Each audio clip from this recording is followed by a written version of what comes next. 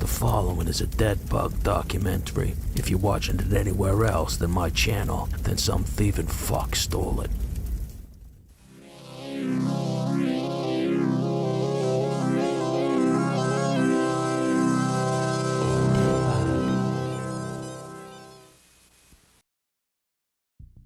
This planet that we inhabit is no less a mystery today as it was 10,000 years ago. We are no wiser than the caveman sucking on his uncooked piece of meat, and yet we feel we are kings of all we survey. But what we survey is infidom. We are no more the masters than the lion is of his shrinking environment. The more we search for explanations, the deeper we enter the rabbit hole. The following tale is one such quest.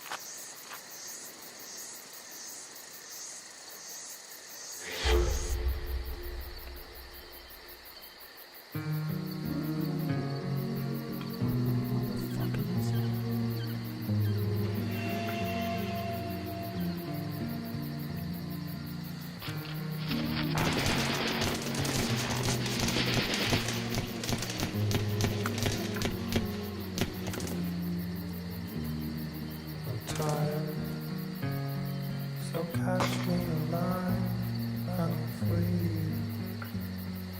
Sometime tonight, the time is catching up slowly. I'll see you in light.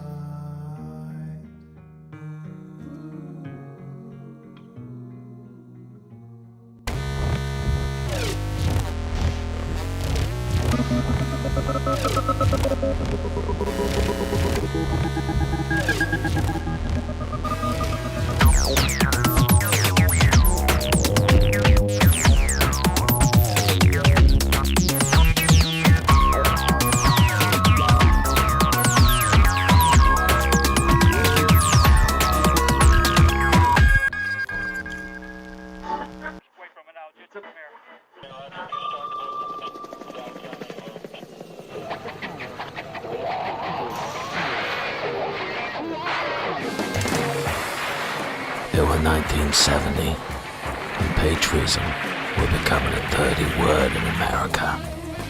As some believed, President Nixon were losing his death grip on Vietnam.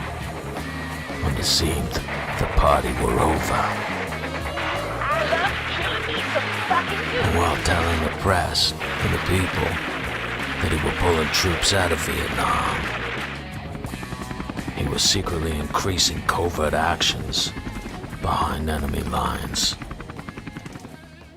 Corporal Roger Musgrave had been assigned to G Company, 2nd Battalion, 9th Regiment of the 3rd Marine Division at Phubai. They'd been moving up the coast on a CIA-backed mission under the cover of darkness to get to the DMZ so they could then backtrack and cut off the gook supply routes on the Ho Chi Minh Trail. Slaughter the fuckers where they stood. But everything seems easy when you write it down on a piece of paper. Everything. The Air Force had been bombing the North Vietnamese supply route relentlessly for 4 weeks running. But the rice eaters were resilient, and they keep coming back. I guess you can't keep a good gook down, but it's fun trying. Army brass figured if they could stop supply routes getting through, they could cut the head off the snake and starve the brown bastards. But to do that, they had to give it the personal touch And that's where G Company came into the picture. They were pros. They've been in the jungle now for 9 months kicking Viet Cong ass. In fact, they had so much VC shit on their boots, they had to change their socks daily. But like I said, everything looks good on paper. Everything.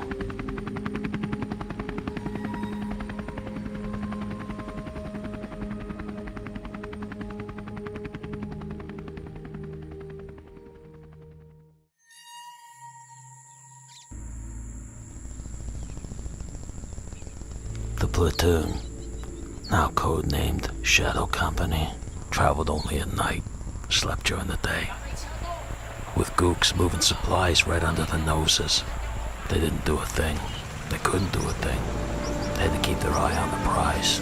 They had to get to the entrance of the Ho Chi Minh Trail, where they were ordered to carry out recon, bomb assessment, and use wire trap explosives in key areas to cause maximum destruction. Musgrave said at times they were so close to the little fuckers, I could smell what they were eating. I bet it were rice. And that at one time a truck driver had stopped, got out of his truck, and pissed on members of the platoon while they hid in the bushes, and he didn't have a clue, like a retard with a calculator.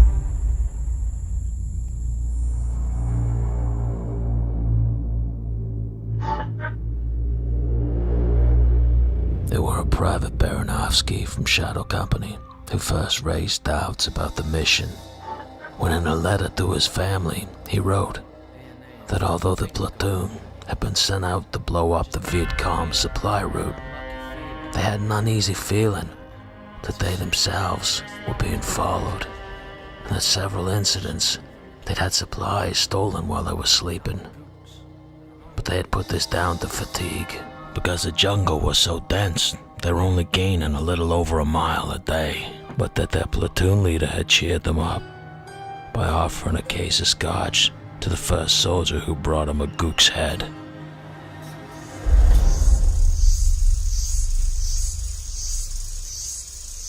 It was the 9th day of the mission, and one day before Shadow Company was scheduled to reach Point X, and the team were put on a state of alert as they had been seeing movement in the bushes, like they were being followed. It was then that they came across a structure. They knew that the hills were infested with gook tunnels, but this didn't feel like it were made by the gooks.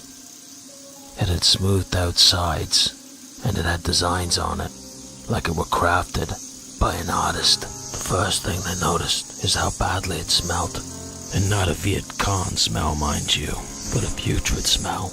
And the closer they got to the entrance, the more rancid the stench, coming from the darkness within.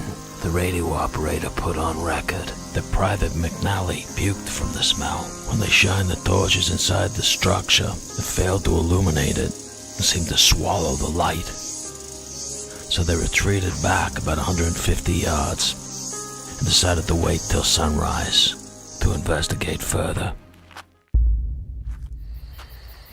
It was 5 a.m. in the morning when the platoon were awoken by a loud hissing noise. It was then that they realized that 2 lizard-like creatures had been standing over them, about 8 feet tall, and the platoon opened fire. But the half-human, half-lizard-like creatures moved at an incredible speed and disappeared into the forest, still in a state of shock. It took the team about 10 minutes to do a head count and realize one of their men were missing. Corporal Roger Musgrave's backpack, weapon, and a half-written letter were left laying where he was sleeping. And no one could remember when they last saw him. When the platoon leader broke radio silence, asking his base to advise on the situation and for permission to find his missing comrade, he was told that he and the platoon must leave immediately and to not divert from original planned mission on Ho Chi Minh Trail.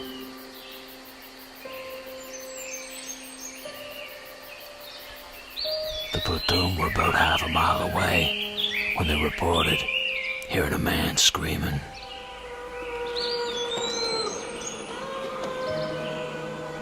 And that it hadn't really stopped. It just faded away.